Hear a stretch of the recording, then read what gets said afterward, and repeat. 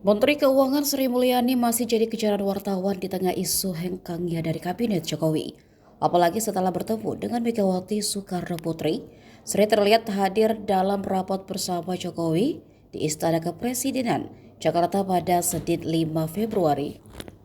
Saat sejumlah awak media mencoba mengajukan pertanyaan, Sri Mulyani tanpa ditanya memberikan jawaban yang menggantung.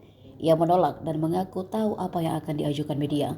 Sri lalu mengatakan jika dirinya tidak, seraya masuk ke dalam mobil dan memberikan gestur meminta maaf dengan tangannya.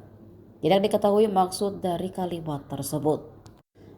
Jumat kemarin, Sri Mulyani juga bertemu Presiden Jokowi di Kompleks Istana Kepresidenan, namun kedatangannya tampak sembunyi-sembunyi. Pasalnya Sri Mulyani keluar masuk dari Kompleks Istana Kepresidenan melewati pintu yang tidak biasa diaksesnya.